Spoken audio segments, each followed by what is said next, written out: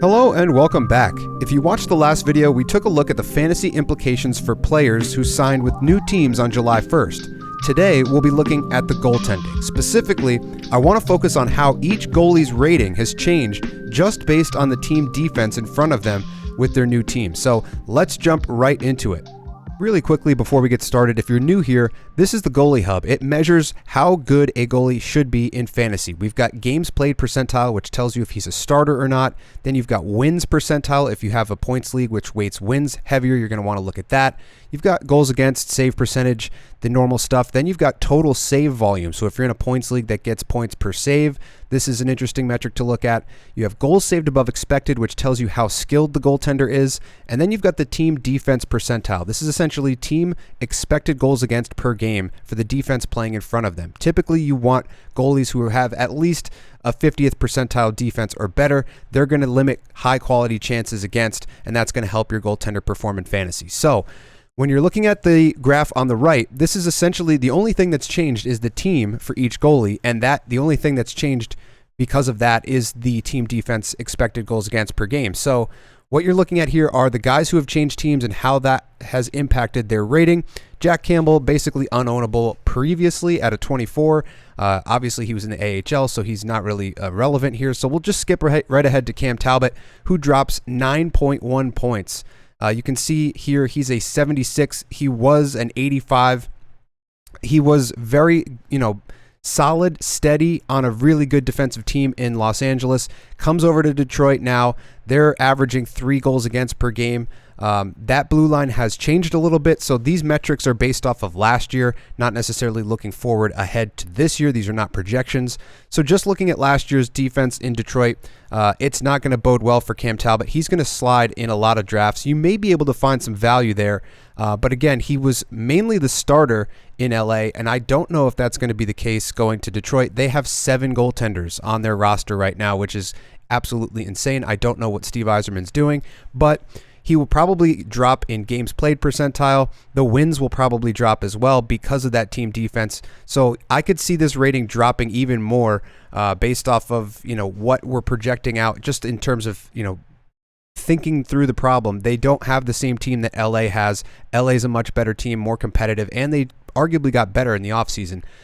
Speaking of LA, if we go to the complete opposite end of the spectrum, Darcy Kuemper has jumped up. Now, he only jumped up 7 points, and he's now only a 47, but that is noteworthy because Darcy Kuemper arguably is going to be the starter there. So he's not necessarily going to be dealing with a 1A, 1B situation.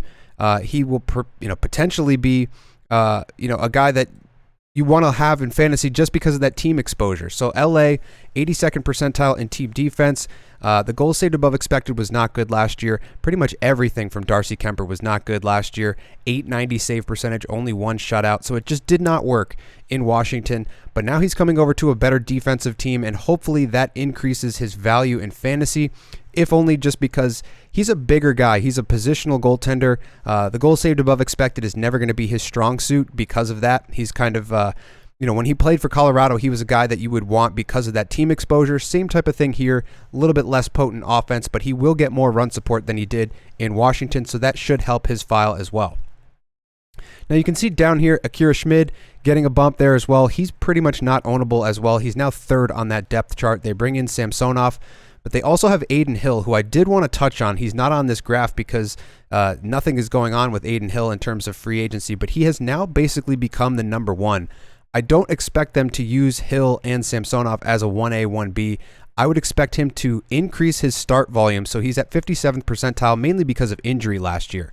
When he was at the top of his game, he was the number 1 goalie in all of fantasy. He was an 86 at the high point back in mid to late November, and Aidin Hill was unstoppable, or unbeatable, I should say, at the beginning of last season. He was the best fantasy goaltender. Then he fell into some injury trouble and never really recovered from that. So now, because of the fact that he's the number 1 guy in Vegas, last year it was a tandem. We wanted the Vegas tandem with Hill and Thompson. Now Thompson's gone, so that tandem is not an option, but Aidin Hill is an option. He will probably rocket up draft charts because of the fact that he's the starter. It just depends on where you're going to get him in the draft. I wouldn't reach on him anything, further than the 4th or 5th round. If he's going earlier than that, I wouldn't touch it. But if he's available after that point, then I would start to look at it, because they are still a pretty good defensive team, and he is the number 1 guy now. So moving down the list, there's Samsonov. He's coming over to Vegas. He gets a bump as well. You could potentially go there. We're not going to touch on it too much because I do expect him to be the backup. In terms of the rest of this list, DeSmith is essentially a backup. He's going to a much better team in Dallas. You've got James Reimer increasing a little bit, and then Linus Ullmark. I was a little surprised to see this in the data because Ullmark was known as being the Vezina Trophy guy in Boston. If you look at his file from a couple years ago, it's much, much better. He's in the, I believe, upper 80s, if not low 90s in terms of his goalie rating when he won the Vezina. But this past year, he was kind of having an up and down season, hovering around the 72, 73, 74 range.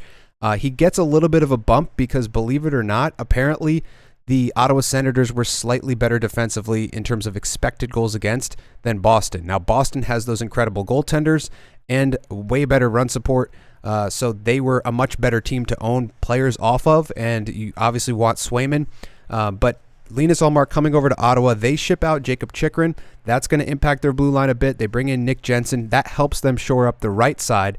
And then they still have Shabbat and Sanderson there on the left. So maybe, I don't know what to make of this in terms of a projection, but just looking at this, he's very well above expected. 16 goals saved above expected, .916 save percentage, 2.6 goals against last year. My thought process going into this was he's going to drop because they're obviously not as good of a defensive team as Boston, and on top of that, he's the starter now, so the start volume is going to rise, but that means his goals against and save percentage will take a hit because of the team that he's on. But just looking at the data, it's not as dire as I initially thought. Now, when we switch and look at his former teammate in Jeremy Swayman, this is a guy that everybody is going to want in fantasy. Now he's the number 1 on this Boston team. He's 97th percentile in terms of goals saved above expected. That team defense is still really good. It's 58th percentile there. And they got better. They added Nikita Zadorov, so that should help get them back to where they were a couple years ago in terms of their team defense. .917 save percentage, 2.5 goals against, and 25 wins. That should bump up as well with the start volume. So he did get a bunch of starts last year. He started to chip away at the 1A 1B split and accumulate a little bit more. He does have to sign a contract as I'm recording this video a couple days after free agency. He is unsigned, but he will undoubtedly be one of the top goaltenders taken in fantasy. Now, we did just briefly touch on Jacob Markstrom. I want to look at that again just because he's been a very inconsistent goaltender over the years. You can see last year he was 14 goals saved above expected, 93rd percentile there. The team defense, as he comes to New Jersey, again, this is from last year, so the team defense shouldn't be this bad.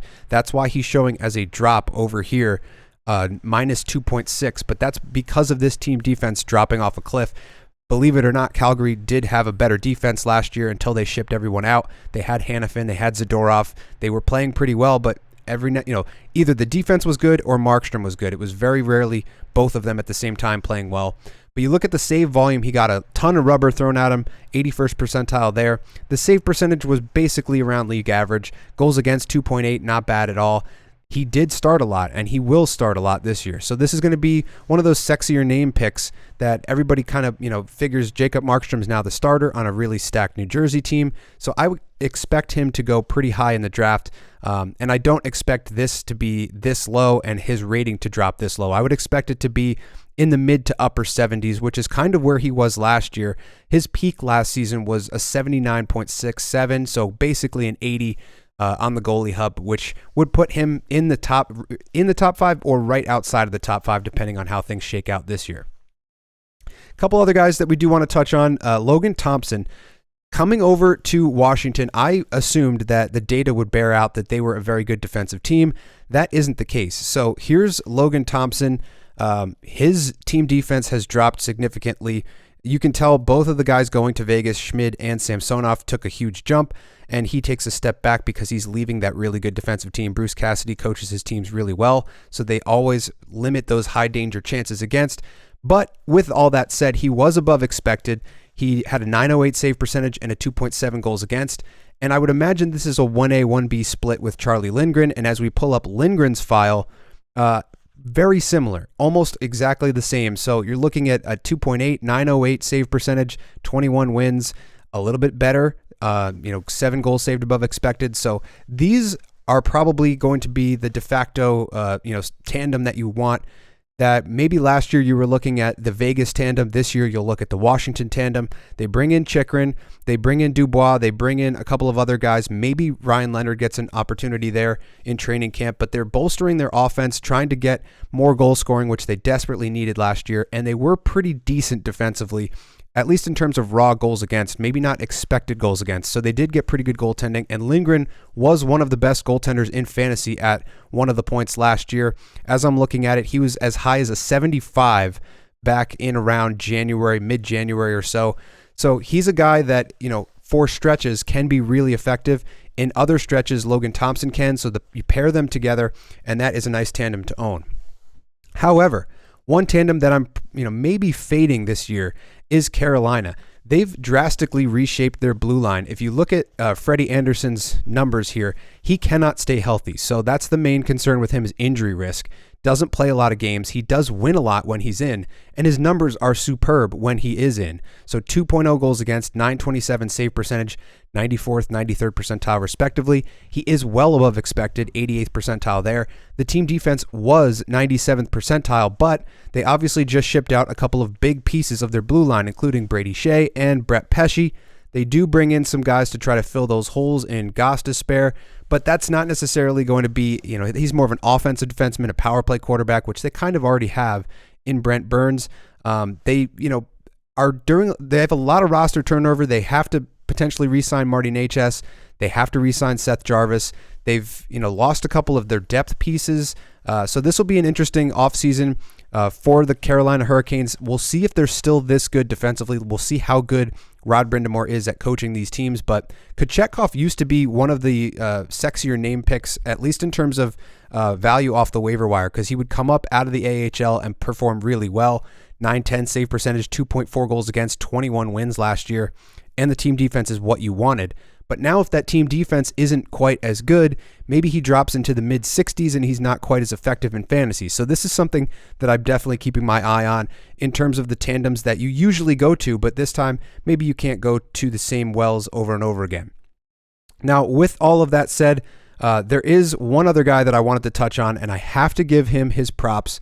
He is the number 2 goaltender on the Goalie Hub. He is the defending Stanley Cup champion, Sergei Bobrovsky. I have made it known here on this channel that I do not like this goaltender in fantasy because of the wild variance from year to year. The fact that a couple years ago, I believe last year, he had a sub 900 save percentage. He was so bad that they took him out. They had to ride Alex Lyon into the playoffs just to get in on one of the last days of the regular season. And then finally, Bobrovsky takes the net back over in that Boston series and doesn't look back. He was great down the stretch in the playoffs that season. He was great all the way through this season. And he was one of the best goaltenders the entire way. He is number 2 on our goalie rankings behind Connor Hellebuck. And the team defense is great. Goals saved above expected, great. Total saves, great. Everything. 2.4 goals against, 913 save percentage, a bunch of wins. He starts a lot, obviously. They just shipped away his backup, so now he's potentially even starting more, or maybe they're going to phase in Spencer Knight. Who knows? But the whole reason why I'm mentioning all of this here is they just lost 2 of their top 6 defensemen in Brandon Montour and OEL. They lost a couple of depth players that had to sign elsewhere because they finally, they got their value on the free agent market or whatever. But this is a guy that I've been fading for a long time, and I kind of have to, this is me eating crow right now. He was dominant last year in fantasy. So this is a very high risk, high reward play. If you're going to go after Bobrovsky, I would imagine he's going to get super high drafted because of the fact that he won the cup. But one word of caution, he did lose 2 really big pieces on that blue line. Still have Gus Forsling, still have Aaron Ekblad. You still have a bunch of the guys that got them there in terms of the centerman. You're still playing with Barkov as your main number 1 centerman, who's a Selke winner. And that's really good news for Bobrovsky. But the bad news is he did lose 2 of his top 6 defensemen, and that may impact this team defense. So wanted to mention that really quickly. I do have to give him credit for how well he played and the fact that he won the Stanley Cup. And then one other guy we kind of have to touch on, and it's not necessarily because of a big move in the offseason, that's Joseph Woll. So Woll is one of those guys that, was the darling in fantasy because of the fact that he was playing for a team that is very well represented in fantasy. But obviously the Toronto Maple Leafs are kind of hit or miss. They bring in Chris Tanev. That should bolster their D a little bit. They bring in OEL. I don't know how well that affects their blue line. He's more of an offensive type, despite what I just said about Florida losing him. He was a very integral piece of that blue line, but coming over to a new team, I don't know how that's going to work, but he is the number one guy now. So this is his games played percentile, 40th percentile there. 42nd in wins. Both of those should go up now that he's the quote unquote at least 1A. They bring in Anthony Stolarz, who is a really good backup, so that could potentially be a 1A, 1B situation. But if you're thinking that Woll is going to be the definitive starter, he was as high as a 71 early last year. That dropped off, and he kind of plateaued at a 67 and then took a nosedive from there all the way down to a 52. The team defense was not great. So a couple years ago, Toronto was really good defensively. They are no longer the same defensive team, but he is well above expected. He didn't see a ton of shots because he didn't see a ton of games. So this should increase. These two should both increase, and he will probably see a lot more value in fantasy just based off the fact that he's the number one guy now. There is nobody else pushing for that spot other than maybe, if you think that Stolarz could do that. But I think that they're giving him the leash as the number one. So this will be a guy, depending on where he goes, I wouldn't want him any earlier than the 5th or 6th round in fantasy. And I'm kind of in the thought process of fading goaltenders altogether. As we mentioned in the Fantasy Puck video, the guy who won the Fantasy Puck Creators League, which is essentially all of the best YouTube creators for fantasy hockey, Nate from Apples and Ginos won it, and he had basically a 0 goalie strategy. He picked his first goalie in the 14th round. So I may end up trying that this year just because the variance from year to year for goaltending is so wide that it's very difficult to predict. Just wanted to give you some quick thoughts because of the free agency that just happened and some of the guys that have changed teams. Hopefully you got some value out of this video. Hopefully you guys are all doing well over the summer. I hope to see you back again for draft season. Thanks for watching, and as always, I'll see you in the next one.